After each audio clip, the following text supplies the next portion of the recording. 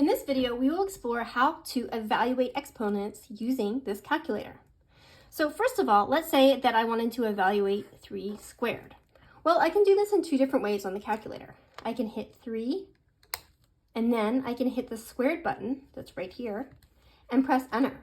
Notice that gives me 9. Another way to do exponents on the calculator is to hit, again, 3 button. Then we could use this button, this is called the caret button, and then hit 2 and press enter, and again we get 9. Let's do another example. Suppose I wanted to evaluate 5 to the 3rd power. Notice this time we cannot use this button since we don't want 5 squared, but rather 5 to the 3rd power.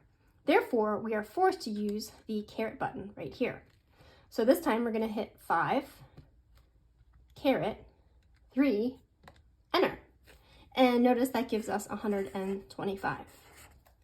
Let's talk about using parentheses. Are there parentheses on your calculator? There are. Locate your parentheses above the 8 and the 9 button right here. So suppose I have this problem, -2 in parentheses, or quantity raised to the 4th power. Can I type that exactly as it is into the calculator with the parentheses and everything? Well, let's try it. Here are my parentheses, so let's type that. Notice when I want to make something negative, I cannot use the minus sign. Instead, I have to use this button right here, which is the negative sign. So I will hit -2, then I will close the parentheses, then use the caret button, and raise everything to the 4th power. Notice that gives us positive 16, which is correct. What if we had parentheses -2 to the 3rd power? Could we do that on the calculator? Well, let's see.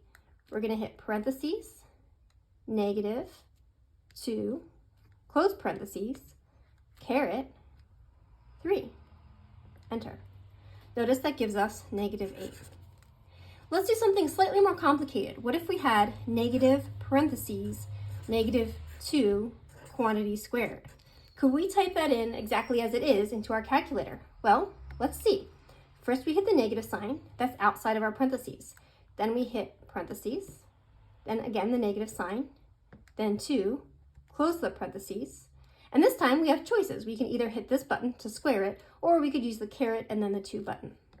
Either way, we get -4.